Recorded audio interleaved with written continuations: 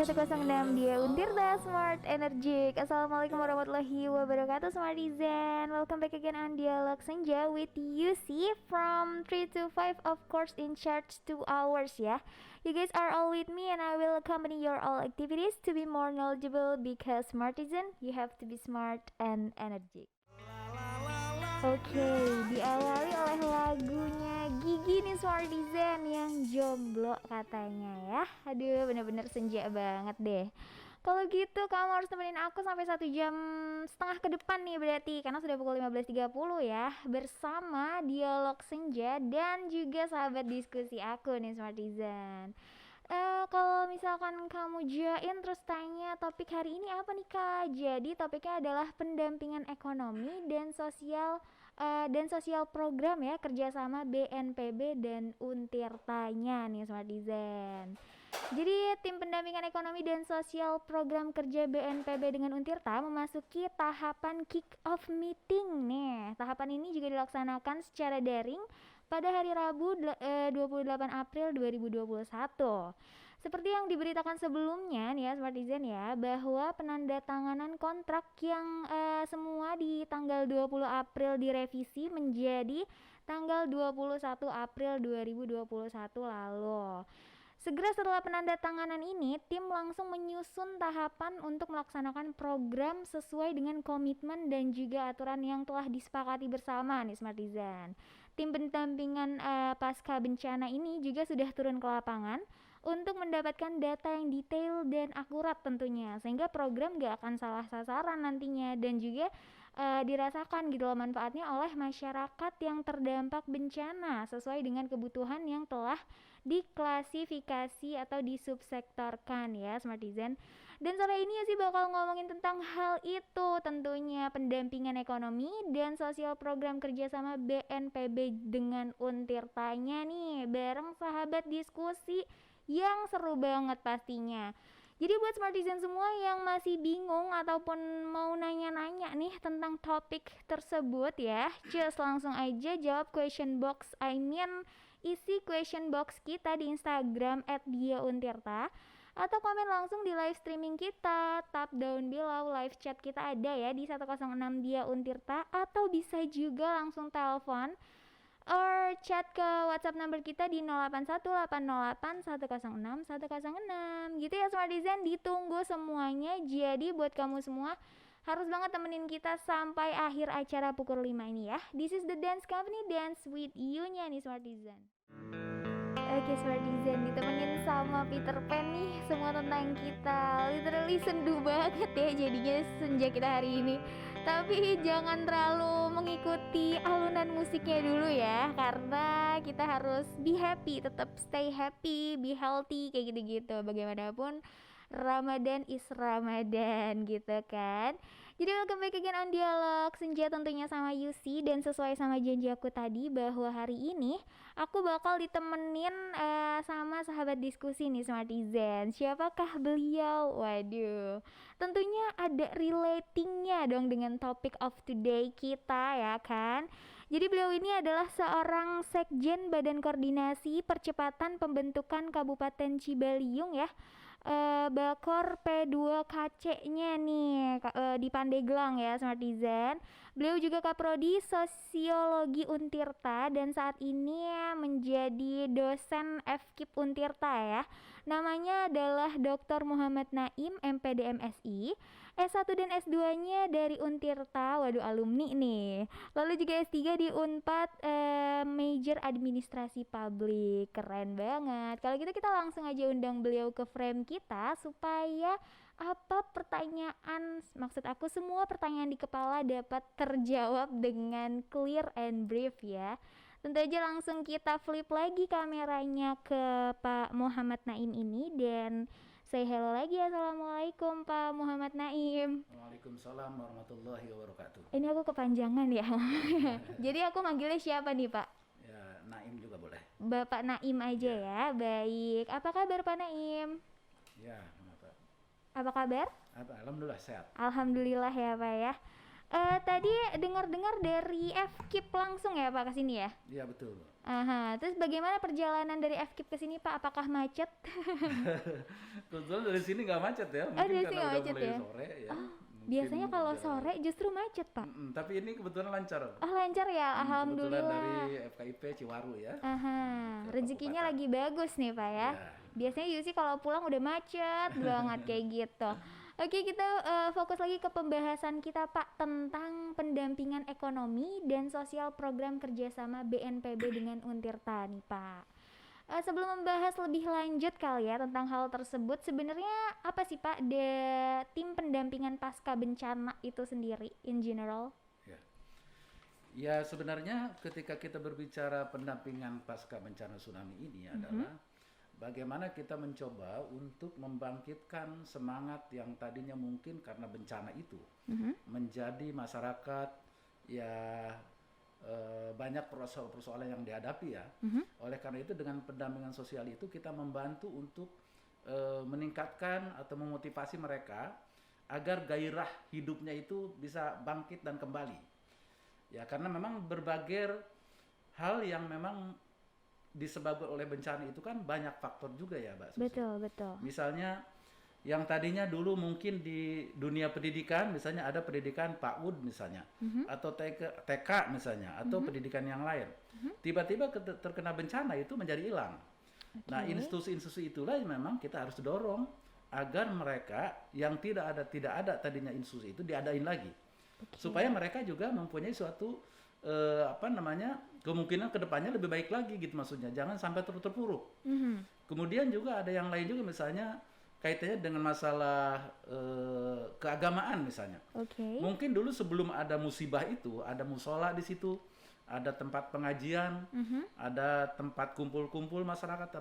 Setelah ada bencana maka terhempas itu semua. Nah hal semacam itu harus kita dampingi gitu maksudnya Bu Susi. Harus kita dampingi agar memang institusi itu memang diadakan kembali supaya mereka kembali kepada awal sebelum terjadi bencana. Itu salah satu di antara yang memang kita concern. Kemudian di antaranya selain itu juga sebenarnya kan banyak hal juga ya kaitannya dengan misalnya perekonomiannya, walaupun saya sebenarnya dalam posisi di pendampingan sosialnya ya. Bukan ekonominya, tapi tidak apa-apa. Yang ekonomi misalnya mungkin di suatu tempat itu taruhlah di pantai misalnya mereka punya kegiatan usaha yang lainnya di perkampungan, ada yang jual pete, jual jengkol misalnya dari pegunungan ke situ ke pantai, dengan adanya tsunami itu menjadi sepi. Ini kan perlu dijadikan solusinya. Iya betul. Mereka sebenarnya kan bahan bakunya sudah ada, jengkol, pete katakan begitu ya. Di gunung geus aya cek bahasa Sunda teh mah. Tinggal bagaimana kita mencoba untuk memberikan fasilitasi kepada mereka, memberikan jalan supaya apa yang dijual oleh mereka di perkebunan di pergunungan itu bisa dijual kembali di pantai sehingga mereka mempunyai pendapatan untuk ya kehidupan sehari-hari, termasuk juga untuk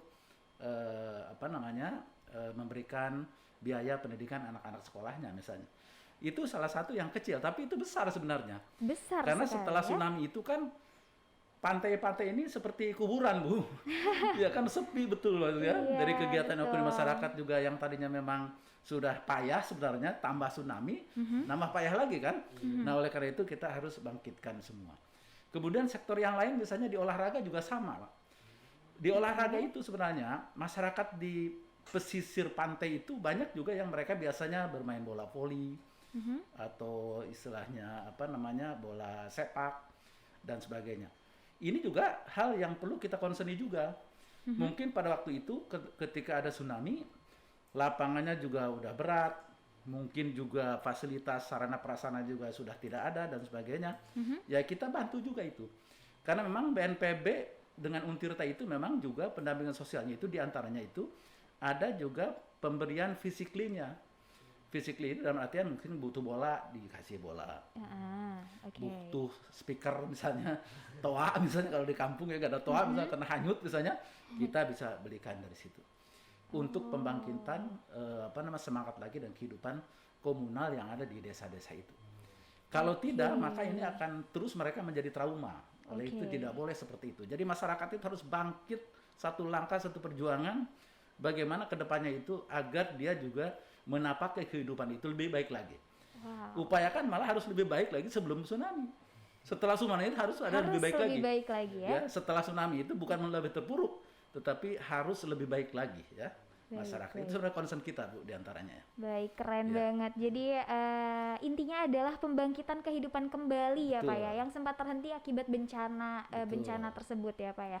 Baik, that's it Smartizen, keren banget kan? Keren banget tentunya ngobrol sama Bapak Naim nih ya. Pokoknya ini tepat banget deh hari ini menjadi sahabat diskusi aku, Pak Naim. Thank you banget berarti ya. Tapi setelah ini masih ada lagu-lagu lagi yang mau lewat nih Pak, dari Zayn Malik ya, The Still Down, and enjoy this music Smartizen. Oke Smartizen, it's you see again on Dialog Senja. Tentunya masih sama Pak Naim ya di sini membahas tentang pendampingan ekonomi dan sosial program kerja sama BNPB nih dengan Untirta ya Smartizen. Kalau gitu kita langsung lagi flip kameranya biar tadi ada beberapa pertanyaan yang agak sempat tertunda nih ternyata kayak gitu. Jadi kita langsung say hello lagi Pak Naim. Assalamualaikum. Waalaikumsalam warahmatullahi wabarakatuh. Gak bosan ya Pak sama Yusi lagi Pak ya?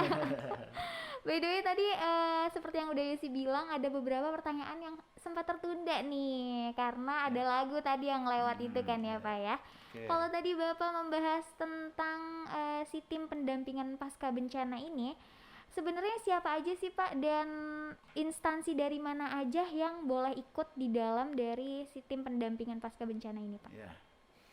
Oke, instansi yang terkait yang bisa dilibatkan dalam pendampingan ini adalah selain Untirta, BNPB pusat tentunya, dan juga BPD kabupaten, kota, dan provinsi, Mbak Yusi.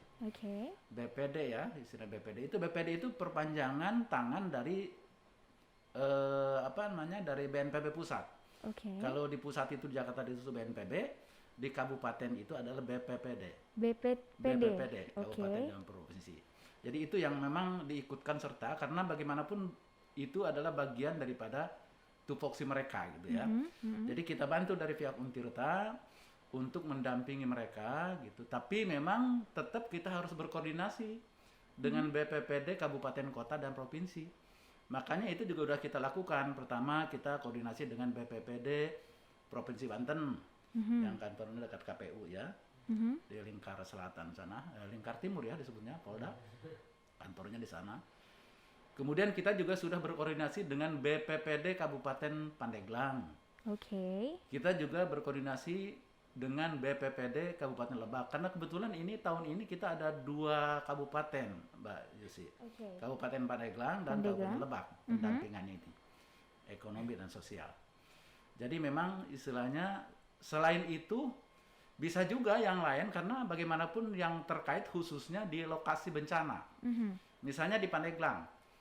Mana yang kita akan menjadi titik pendampingan? Kalau sana titik pendampingan di Pandeglang itu misalnya yang pasca bencana itu pilihannya jatuh kepada pesisir di Labuan, maka kita harus mencari juga kecamatan mana di Labuannya itu. Jadi kita berkoordinasi juga dengan kecamatan nantinya di tempat titik di mana pendampingan itu dilakukan. Kalau saudara pilihannya itu adalah pasca bencana tsunami itu adalah sumur, maka kita juga harus berkoordinasi dengan pihak kecamatan di sumur, kecamatan sumur misalnya. Koordinasi dengan kecamatan-kecamatan ini untuk memilih juga kira-kira titik di mana yang terkena tsunami paling parah. Ya, di sumur misalnya. Kecamatan sumur itu kan pasti ada beberapa desa yang parah. Satu desa, misalnya 2 desa. Nah, itulah yang menjadi titik nantinya. Jadi kenapa itu harus berkoordinasi dengan BPPD kabupaten kota, kabupaten, dan provinsi? Karena itu dalam rangka itu, Pak. Dalam rangka kita mencari titik kesamaan. Jangan sampai nantinya ada pendampingan di sana, tetapi sebenarnya kebutuhan masyarakat itu tidak terlalu penting. Itu namanya salah sasaran, tidak boleh begitu. Jadi kita itu harus menuju kepada titik pasca tsunami memang yang betul-betul membutuhkan, yang terberat. Karena di situ juga kita akan dilakukan semacam survei sederhana ya maksudnya. Kira-kira nanti wilayah mana yang kira-kira yang lebih terkena bencana itu lebih berat. Di Labuan misalnya apa Kecamatan Carita misalnya yang lebih berat. Nah, di mana Kecamatan Caritanya? Nah, ini kan harus berkoordinasi dengan pihak kecamatan. Di kecamatan belum selesai tuh. Nanti kita akan berkoordinasi dengan pihak desa, Bu. desa yang ada di kecamatan itu. Mhm. Nah, nanti pihak desa juga kita diajak bicara lagi, diajak ngobrol lagi, mana kira-kira dan wilayah-wilayah yang kira-kira kita akan dampingi yang lebih terkena lebih besar dampaknya oleh tsunami itu. Jadi intinya adalah pemilihan lokasi itu adalah harus disepakati oleh BPPD Kabupaten, BPPD Provinsi, pihak kecamatan, dan pihak desa yang bersangkutan. Wow. Jadi ini memang kita Koordinasi ya. tidak bisa nunjuk begitu saja, Bu, karena dikhawatirkan itu Oke. ada salah sasaran. Mhm. Ya kalau salah sasaran itu kan nanti berarti tidak tepat. Kita tidak mau dari Untirta, tim Untirta ini asal-asalan menunjuk sasaran. Mhm. Tapi sasaran ini ditunjuk setelah memang ada suatu proses diskusi. Proses kita menanyakan kepada mereka-mereka, kepada stakeholder di sana. Nanti kita akan kumpulkan juga itu Mbak Yusi di lapangan itu. Oke. Tokoh pemudanya, tokoh agamanya, atau tokoh masyarakat lah dalam konteks umumnya ya. Mhm. Kita kumpulkan, kita juga nanti ada diskusi juga semacam FGD di sana Oh, dengan di mereka-mereka FGD. masyarakat. Oke. Ya, jadi sebelum itu juga prosesnya cukup lama, lumayan karena kita ingin ada demokratisasi ya, Mbak Yosi. Mhm. Demokratisasi itu artinya bagaimana kita menentukan pilihan itu ada berdasarkan aspirasi dari masyarakat. Oke. Bukan pilihan kita sebagai tim. Mhm. Bukan pilihan tim dari Untirta, bukan, tetapi itu pilihan yang sudah disepakati dengan melibatkan stakeholder. Kalau istilah yang lain itu adalah dengan melibatkan institusi yang ada, tokoh masyarakat yang ada, tokoh pemuda, tokoh agama, kita ajak bicara itu. Kebutuhannya apa? Kebutuhannya apa ya? Ya, kebutuhannya apa? Ini masyarakat ini yang kena berdampak itu kebutuhannya apa? Karena itu nanti ada dana stimulan kan Ibu. Ada dana stimulan itu adalah dana yang diberikan kepada mereka yang membutuhkannya. Agar sesuai sasaran kembali lagi. Iya, jadi memang ada dana stimulan itu. Tapi memang dana stimulan dari pendampingan itu tidak boleh berupa duit. Oke. Tidak boleh berupa uang. Tapi harus berupa barang yang sudah dibelikan Mhm. untuk mereka. Jadi diberikannya bukan uang ya, tetapi ada berupa barang. Kalau misalnya di suatu tempat itu misalnya katakanlah pemudanya butuh bola, Mhm. butuh jaring misalnya, jaring untuk bola voli misalnya, net. Mhm. Ya kita belikan itu, jaring, bola, atau mungkin hal yang lain prasarananya. Tapi dalam berbentuk barang. Dan itu nanti Tidak akan boleh bisa. uang sekali lagi. Bukan, Berarti tidak boleh. tidak pernah bantuan kepada tempat-tempat yang bencana itu berbentuk uang, tidak pernah ya Pak seperti itu? Ya artinya bahwa yang pendampingan sekarang baik ekonomi maupun sosial itu adalah tidak berupa barang, tidak berupa uang, Oke. tetapi harus berupa barang. Baik. Memang barangnya juga yang disesuaikan dengan kebutuhan. Iya. Karena itu di scoring juga nanti, Iya. Pak Susi, di scoring. Ini butuh, bener nggak sih misalnya di desa anu yang parah kena bencana itu butuh misalnya katakanlah sarana prasarana untuk musola misalnya, karpet misalnya. Misal ini mah, betul nggak butuh itu? Nah kalau butuh itu kita belikan karpetnya Oke. untuk istilahnya supaya apa yang hilang pada saat itu bisa pulih kembali lagi dan bisa dipakai oleh masyarakat lagi. Tadi ada sedikit banget yang membuat aku sangat menarik nih Pak, ketika Bapak membicarakan tentang prosesnya cukup lama. Ya. Selama-lamanya dalam FGD lah ya istilahnya, itu paling lama berapa hari? Karena tidak mungkin berminggu-minggu kan Pak? Betul, tapi memang begini Mbak Susi, memang ada jadwalnya ya dari pusat juga udah ketat gitu jadwalnya. Misalnya tanggal sekian ini sampai dengan sudah ada deadline berarti. Sudah ada di sana. Jadi kita harus menyepakati itu aja. Jadi jadwalnya sudah ketat. Apabila memang itu FGD karena untuk diskusi di lapangan, misalnya tanggal kita harus laksanakan itu. Dan kita harus segera laporkan ke pusat bahwa inilah. Karena dari FGD itulah memang nanti bisa ditemukan kebutuhan mereka yang memang sesuai dengan yang dibutuhkan. Baik. Kebutuhannya ya, bukan keinginan ya Bu ya. Tapi ini kebutuhannya. Jadi kebutuhan itu yang kita angkat itu ya. Jadi kembali lagi mencari titik kesamaan ya Pak ya. Kesamaan, dan itu bantuan itu tadi. Kita jangan sampai memberikan bantuan yang memang tidak dibutuhkan secara masif di sananya. Jadi kita memberikan stimulan itu memang kepada hal-hal yang memang dibutuhkan oleh mereka karena pasca bencana itu.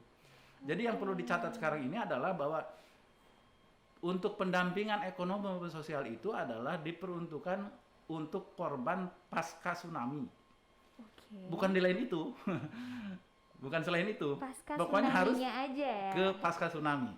Makanya itu kan ada beberapa titik aja kan. Iya Di betul. Labuan ada titiknya karena memang itu mungkin karena dekat pantai sehingga pada saat kena ombak itu kan lebih masif dan banyak korban di sana baik jiwa maupun harta kekayaan mereka ataupun lingkungan juga ya kan.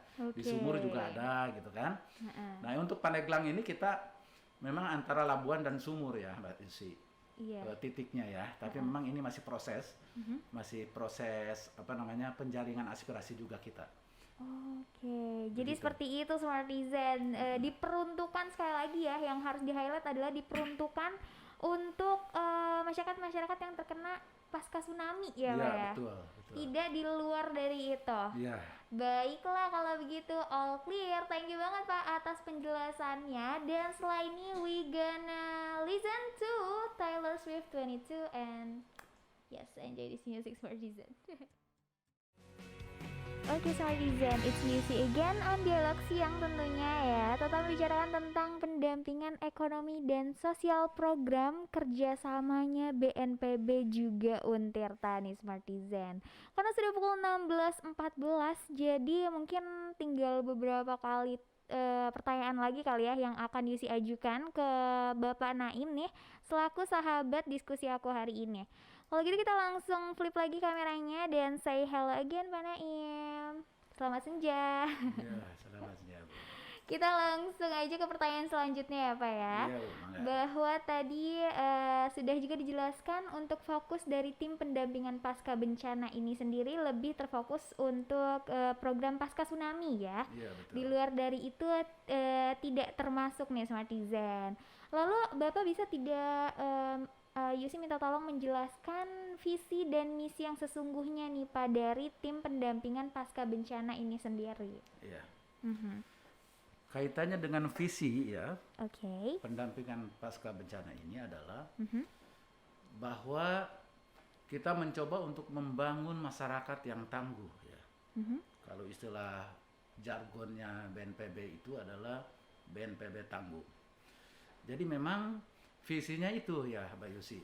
Bagaimana kita menjadikan masyarakat itu masyarakat yang memang betul-betul tangguh gitu maksudnya ya. Oke. Jadi kita harus didorong itu misi itu supaya masyarakat itu betul-betul ketika ada bencana gitu ya, tidak panik luar biasa, tetapi bagaimana dia juga mencoba untuk menangguhkan diri gitu ya, supaya betul-betul ketika ada bencana dan sebagainya dalam posisi tidak panik ya.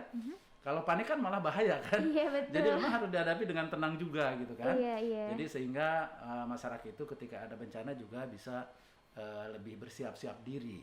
Oleh karena itu memang pendampingan itu kan memberikan semangat motivasi kan kepada mereka agar mereka betul-betul menjadi masyarakat yang handal, masyarakat yang tangguh dengan bahasa yang lain, sehingga ketika ada kejadian itu bisa minimalnya ya terhindar lah ya dari hal-hal yang tidak diinginkan oleh kita.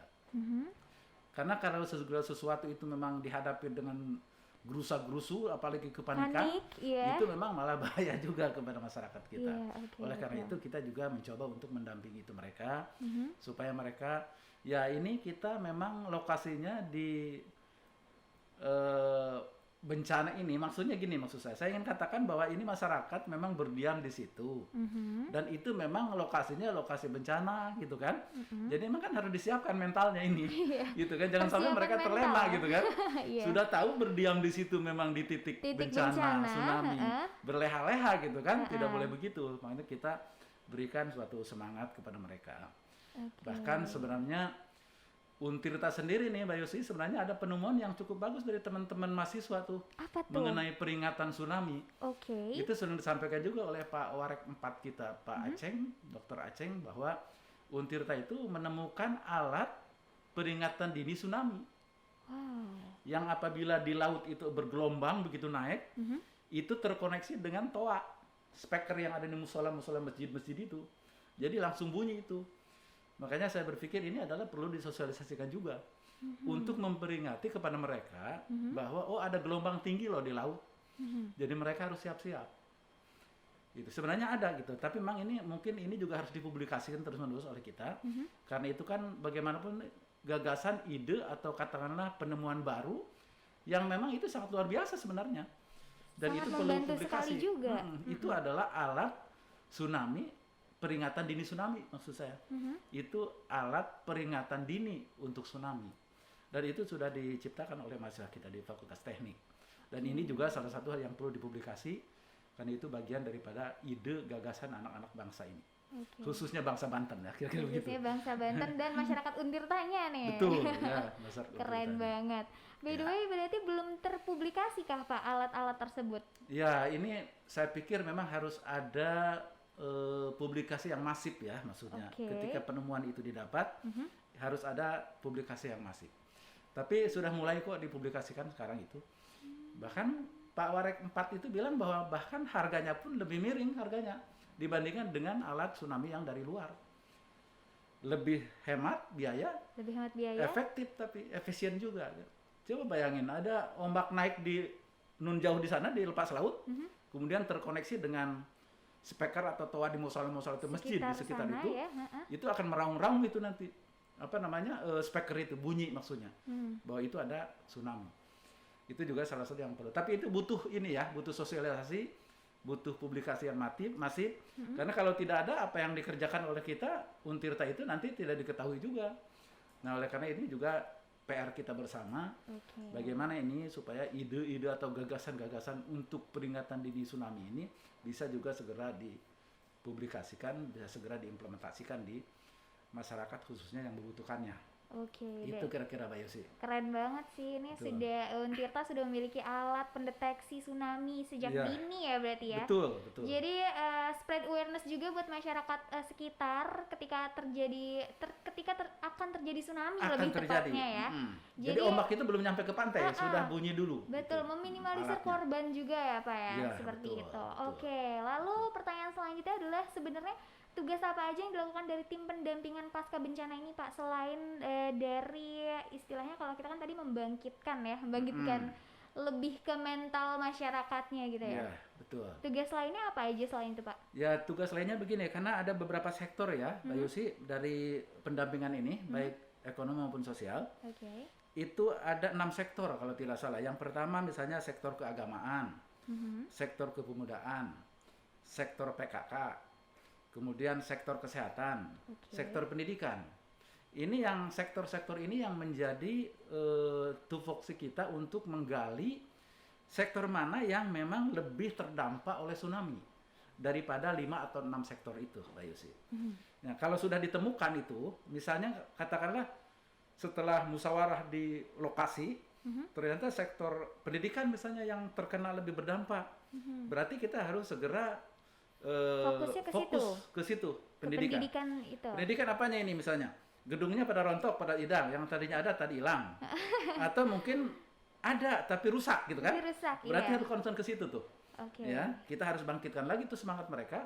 Misalnya kita coba untuk membangun lagi itu, kemudian kebutuhannya apalagi buku-buku perpustakaan misalnya pada hilang semua kita adain lagi. Jadi intinya itu adalah bagaimana kita mencoba untuk mengadakan yang tadinya tidak ada menjadi ada lagi, Bu. Ya, yang tadinya tidak ada nih, yang tadinya ada menjadi tidak ada, adain lagi itu. Supaya institusi-institusi sosialnya itu memang tumbuh kembang lagi seperti sebelum tsunami. Kira-kira begitu. Syukur kalau seandainya melebihi ya. Kita berharap sebelum tsunami misalnya ada, tapi setelah tsunami kita perbaiki dan sebagainya dibantu oleh pusat dan sebagainya, malah lebih bagus lagi fasilitasnya gitu kan. Itu memang diharapkan ya. Minimal yang tadinya ada menjadi ada. Syukur kalau misalnya adanya itu lebih baik daripada yang sebelumnya. Nah, gitu kira-kira. Itu pasti sektor-sektor itu yang memang kita tajami ya. Iya, baik. Jadi gitu. Dari ke-6 sektor tersebut juga dimatangkan kembali sektor mana yang harus lebih terfokus ya, Pak ya. That's it Smartizen. Jadi tidak asal mengambil keputusan bahwa sektor inilah yang paling penting. Tentunya tadi kembali lagi ada FGD dan lain-lain itu ya. Prosesnya panjang juga nih. Panjang, Bu. Soalnya bayangin aja coba mulai dari provinsi, Bu. Kita pinta Dari apa provinsi sebenarnya atau provinsi pusat tuh? pandangannya tentang musibah tuh. Setelah Oke. itu dari BPPD provinsi kita ke BPPD kabupaten. Kabupaten. Misalnya ke Pandeglang, Lebak. Dari BPD Kabupaten Pandeglang yang punya wilayah di Pandeglang dan Lebak itu apa kata mereka Apa tentang kata musibah mereka di sana? ya? Di mana kira-kira? Dari situ belum cukup. Kita ke Juga. kecamatannya. Ke kecamatan kita diskusi lagi dengan Pak Camat. Dengan stakeholder yang ada di sana. Di situ juga belum cukup. Kalau kata Pak Camat, dari aparat camat itu nanti, Pak katanya mungkin di desa anu yang paling parah. Desa A. Nah, kita hubungi lagi desa A-nya.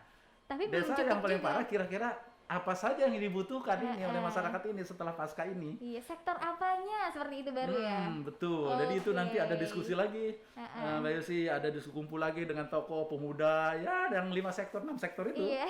Dari tokoh-tokoh keagamaan, tokoh pendidikan, tokoh pemuda, tokoh ya ibu-ibu PKK dan sebagainya, kumpul lagi, kita sepakati lagi nanti mana ini scoring yang tertinggi yang dibutuhkan.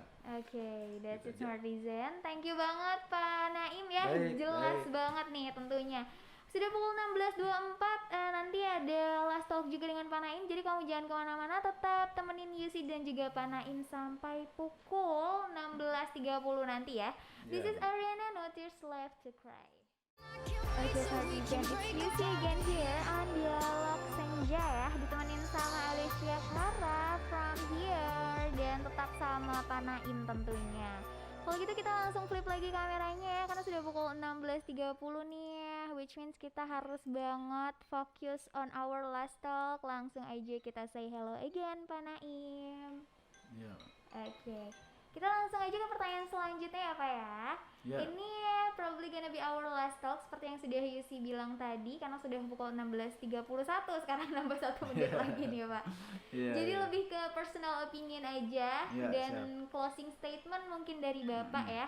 Iya. Mungkin bisa kasih kita dan Smartizen di luar sana tentang harapan Bapak atau apapun itu, saran mungkin tentang tim pendampingan pasca bencana ini sendiri nih Pak. Ya.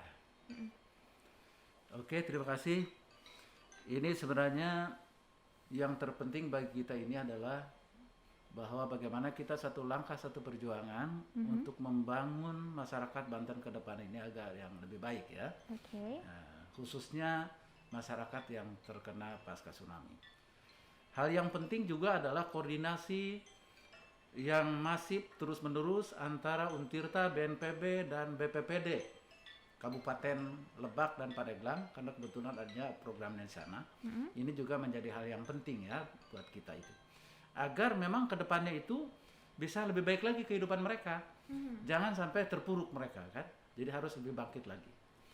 Kemudian yang lainnya adalah bahwa kita ini kan sebenarnya Untirta ini berharap bagaimana supaya Untirta ini di Banten ini bermanfaat juga bagi masyarakat Banten khususnya dan Indonesia pada umumnya. Kalaulah seandainya Untirta ingin memang bermanfaat bagi masyarakat Banten khusus dan umumnya umumnya Indonesia, maka berarti Untirta itu memang harus benar-benar mengada, istilah bahasa filosofnya.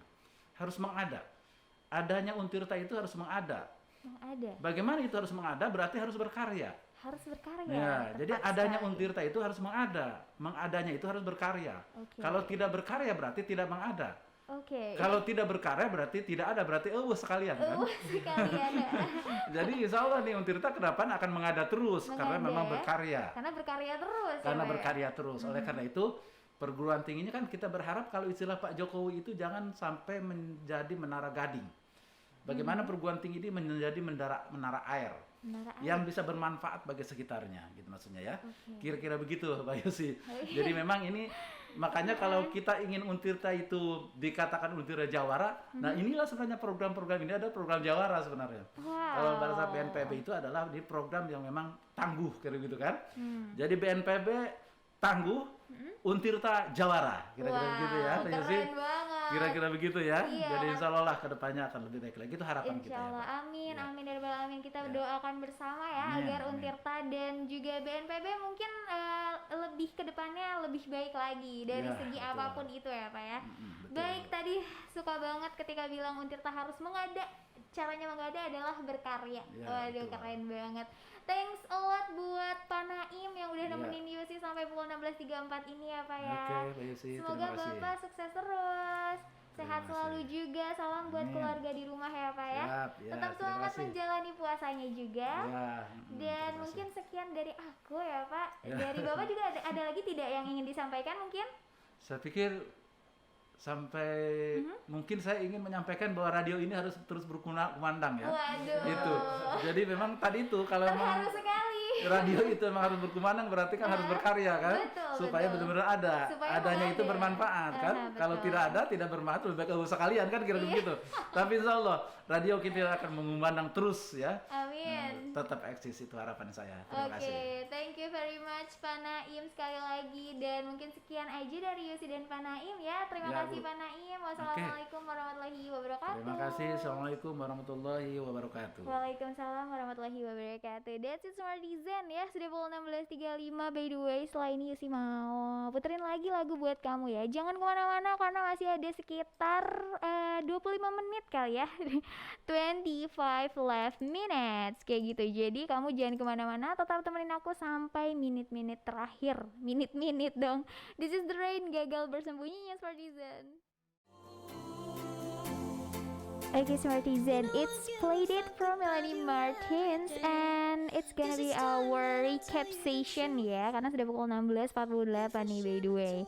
Oke, kalau misalkan kamu mengikuti perjalanan aku, waduh perjalanan gitu, perjalanan aku dan juga Pak Naim selama kurang lebih tadi hampir 1,5 jam ya, 1,5 jam lewat tadi, kamu pasti tahu gitu loh, apa saja kah poin utama dari topic of the day tentunya ya.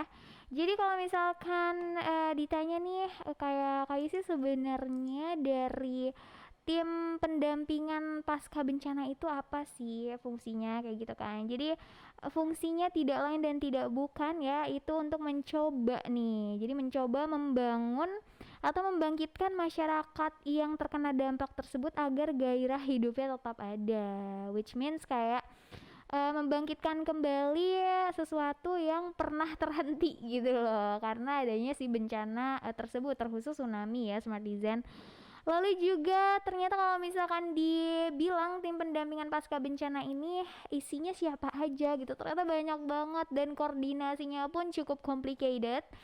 Because kayak tidak cukup sekali koordinasi, karena dari pusat turun ke provinsi, langsung turun lagi ke kota atau kabupatennya, baru ke kecamatan seperti itu ya, lalu ke desa, dan di desa pun tidak hanya satu kepala, which means kita ada 6 sektor yang harus ditilik ulang gitu loh, dan sektor manakah yang membutuhkan bantuan paling dibutuhkan kayak gitu ya setidaknya.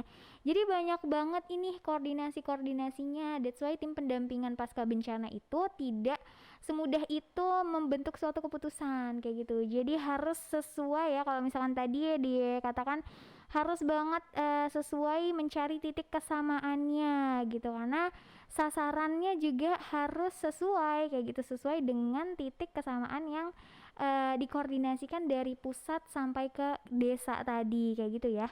Terus juga kata Pak Naim, katanya dari tim pendampingan pasca bencana ini itu merupakan seperti bagaimana sih satu langkah perbuatan yang bisa menjadikan masyarakat lebih baik lagi dan juga lebih bermanfaat kayak gitu ya. Jadi kalau misalkan dibicarakan kembali, tentu poinnya adalah membangkitkan kembali apa yang sempat terhenti seperti itu ya Smartizen.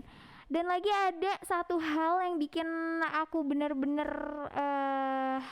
itu banget happy banget ngedengernya, karena kata Pak Naim kalau misalkan untuk Untirta sendiri ya, dalam menghadapi pasca bencana itu, terkhusus di dalam tim pendampingan nih, Untirta itu harus mengada katanya. Ini seru banget sih. Jadi mengada kayak gimana nih? Iya, harus mengada dengan adanya Untirta itu dengan cara berkarya kayak gitu. Kalau misalkan gak ada karya berarti tidak ada sekalian kayak gitu. Kalau misalkan di Indonesia di Sunda kan tadi ya sama Pak Naim itu sekalian gitu loh. Jadi it really attractive to me menurut aku ya, karena bener banget Sesimpel itu kita harus mengada dengan cara berkarya yang tujuannya adalah bermanfaat bagi orang lain. Itu sih ya Smartizen. Oke, untuk recap the whole thing semenjak 1,5 jam tadi mungkin itu aja dari aku. Setelah ini masih ada lagi closing dari Yusi tentunya ya. Jadi jangan kemana-mana. See you in the 8 left minutes again. Oke Smartizen, diakhiri dengan lagunya Rosa nih yang Jangan Hilangkan Dia ya. Tapi pukul 17.00 ini Yusi harus banget menghilang dari frame ini sekarang juga. Karena apa? Karena sudah selesai waktunya istirahat. Yeay. So thank you banget buat kamu yang udah nemenin aku selama 2 jam ke belakang tadi ya, bersama Bapak Naim tentunya. Dan aku harap kamu tetap bahagia, tetap sehat juga, tetap semangat menjalani ibadah puasanya ya. Sampai bertemu di next week probably. Jadi Yusi pamit undur diri, Dialog Senja juga pamit undur diri, dan bye-bye.